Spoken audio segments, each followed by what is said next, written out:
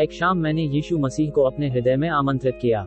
यह निस्संदेह हृदय को मसीह का घर बनाने की दिशा में पहला कदम है। जब मसीह ने मेरे दिल में प्रवेश किया और इस नए रिश्ते की खुशी में मैंने उनसे कहा, परमेश्वर, मैं चाहता हूं कि मेरा यह दिल आपका हो।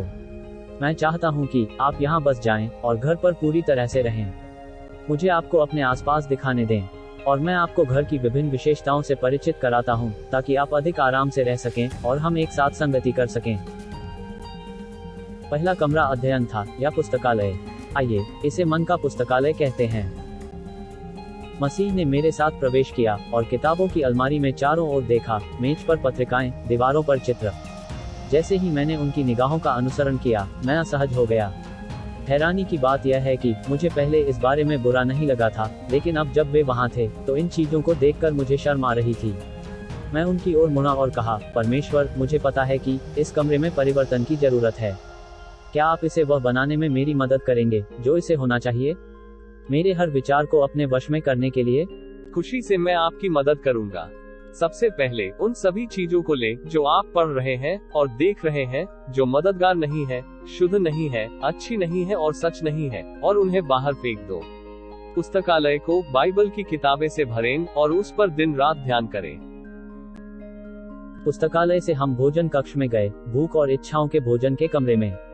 मैंने इच्छाओं के भोजन कक्ष में काफी समय बिताया था और अपनी जरूरतों को पूरा करने के लिए बहुत प्रयास किया था।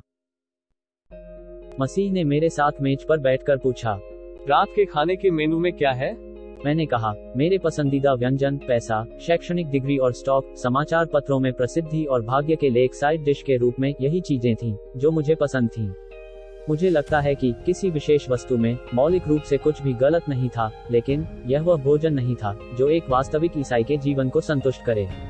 उन्होंने मेरी तरफ देखा और कहा, यदि आप ऐसा भोजन चाहते हैं जो वास्तव में आपको संतुष्ट करे, तो पिता की इच्छा की तलाश करें, न कि अपने स्वयं के सुखों को, न अपनी स्वयं की इच्छाओं को, न अपनी स्वयं की संतुष्टि को। मुझे प्रसन्न करने का प्रयास करो और वह भोजन तुम्हें संतुष्ट करेगा। इसके बाद हम लिविंग रूम में चले गए। मसीह ने कहा, यह वास्तव में एक रमणीय कमरा है। चलो यहाँ अक्सर आते हैं। यह एकांत और शांत है और हम एक साथ संगति कर सकते हैं। लेकिन मैं मसीह के साथ समय बिताने के लिए बहुत व्यस्त था। जैसे ही मैं लिविंग रूम से गुजरा, दरवाजा खुला था। अंदर देखते हुए मैंने चिमनी में आग देखी और यीशु वहां बैठे थे।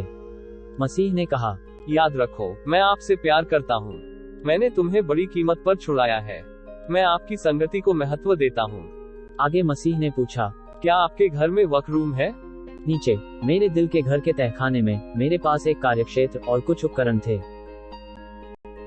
उन्होंने कार्यक्षेत्र और मेरी छोटी छोटी प्रतिभाओं और कौशलों को देखा। मसीह ने कहा, यह काफी अच्छी तरह से सुसज्जित है। परमेश्वर के राज्य के लिए आप अपने जीवन से क्या बना रहे हैं? मसीह ने एक या दो छोटे खिलौनों को देखा जो मैंने बेंच पर एक साथ बनाए थे और एक को मेरे पास रखा। क्या ये छोटे खिलौने ही केवल वही चीजें हैं जो आप अपने मसीही जीवन में दूसरों के लिए कर रहे हैं? मैंने कहा, परमेश्वर, मुझे पता है कि यह ज्यादा नहीं है और मैं वास्तव में और अधिक करना चाहता हूँ, लेकिन मेरे पास और अधिक करने के लिए कोई कौशल या ताकत नहीं है। निराश मत होइए, क्योंकि आप परमेश्वर के लिए बहुत कुछ नहीं कर सकते। आपकी क्षमता मौलिक शर्त नहीं है। परमेश्वर आपकी उंगलियों को नियंत्रित कर रहा है और जिस पर आप भरोसा कर रहे हैं। परमेश्वर को अपनी प्रतिभा और उपहार दो और वो उनके साथ कुछ ऐसा करेगा जो आपको आश्चर्यचकित करेगा। मुझे वह समय याद है जब उन्होंने मुझसे प्लेरूम के बारे में पूछा था। मैं उम्मीद कर रहा था कि मसीह इस बारे में पूछताछ नहीं करेंगे। कुछ जुड़ाव और दोस्ती, गतिविधियां और मनोरंजन थे जिन्हें मैं अपने लिए रखना चाहता था। एक दिन मैंने उन्हें दरवाजे पर मेरा इंतजार करते हुए पाया। उनकी आंखों में एक आकर्षक नजर थी। जैसे ही मैं अंदर गया, उन्होंने मुझसे कहा, घर में कुछ दुर्गंध आ रही है। हॉल की अलमारी में कुछ मरा हुआ है। जैसे ही उन्होंने यह कहा, मुझे पता चल गया कि वे किस बारे में बात कर रहे हैं। हाँ, उस अलमारी में ताले और चाबी के पीछे मेरे पास एक या दो छोटी छोटी निजी चीजें थीं, जिनके बारे में मैं नहीं चाहता था कि किसी को पता चले, और निश्चित रूप से मैं नहीं चाहता था कि मसीह उन्हें देखे। मुझे पता था कि पुराने जीवन से बची हुई चीजें सड़ रही हैं। मैं गुस्से में था। मैंने उन्हें library, dining room, living room, work room, play room में जाने दिया था और अब वे मुझसे अलमारी के बारे में पूछ रहे थे।